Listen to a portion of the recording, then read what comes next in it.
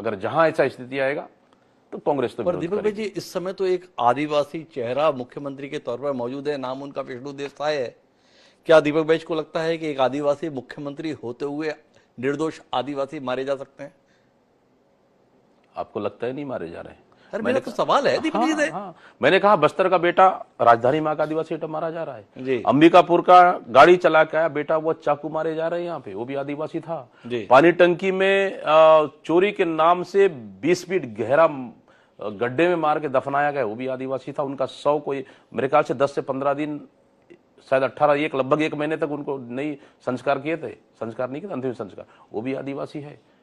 फर्जी एनकाउंटर हुए हैं, उनका आधार कार्ड उनका, उसके बाद राशन कार्ड, उनका जॉब कार्ड, वो भी आदिवासी थे।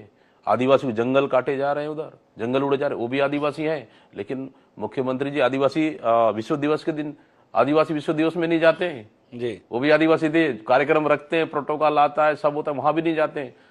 हम तो खुशी, मैं तो सबसे पहले धन्यवाद तो मैंने दिया था। अगर सरकार आदिवासी को मुख्यमंत्री बनाने जा रही है तो निश्चित रूप से मैं स्वागत करता हूं। जी बना भी दिए, फिर आपके मीडिया ने पूछा आप तो मुख्यमंत्री आदिवासी बन गया, फिर आप क्या सोचते हो? मैंने उनको कहा था मुख्यमंत्री आदिवासी बनाए, निश्चित रूप से धन्यवाद और बधाई और स्वागत भी, लेकिन चुनौती कम नहीं है उनके लिए कि आदिवासियों का जल जंगल बचाना, जमीन बचाना, आदिवासी सुरक्षित करना, खनिज संपदा को बचाना सबसे बड़ा चुनौती है, मैंने कहा था जी। लेकिन मुख्यमंत्री सिर्फ रिमोट कंट्रोल है जी रिमोट कंट्रोल।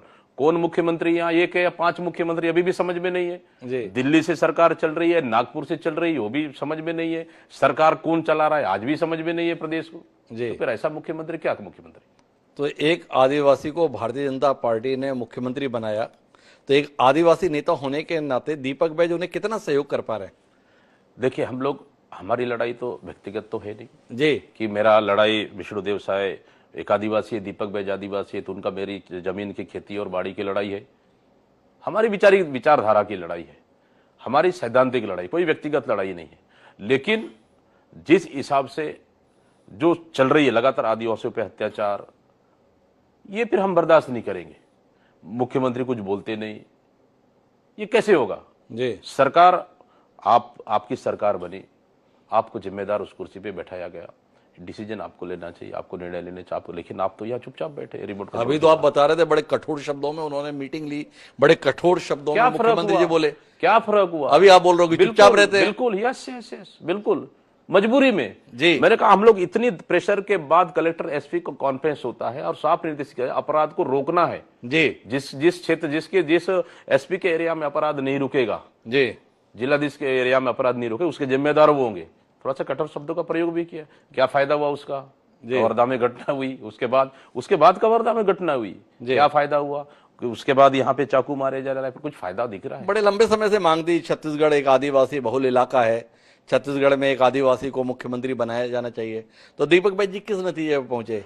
आदिवासी मुख्यमंत्री बनाने का कोई फायदा नहीं है? नहीं, देखिए, मैंने तो पहले भी कहा जब सरकार बीजेपी की सरकार बहुमत आई, सरकार नहीं बनी थी, आपके मीडिया में चल रहा था कि मुख्यमंत्री आदिवासी बन सकता है। मुझे शायद बहुत से न्यूज वाले आए कि मुख्यमंत्री आदिवासी बन सकता है। अगर आदिवासी मुख्यमंत्री बनता है तो बहुत अच्छी बात है, इसमें हमारे लिए इससे बड़ी बात क्या हो सकती है? मैंने कहा तो आदिवासी मुख्यमंत्री बन गए, शपथ हुआ जी। उसके बाद फिर मेरे पास आए कि आदिवासी मुख्यमंत्री बन गए, अब क्या कहना है? मैं बोला बधाई उनको जी, बहुत अच्छा है, स्वागत है, बधाई उनको, लेकिन चुनौतियां कम नहीं है उनके लिए। मैंने उसी दिन कह दिया था चुनौतियां कम नहीं है।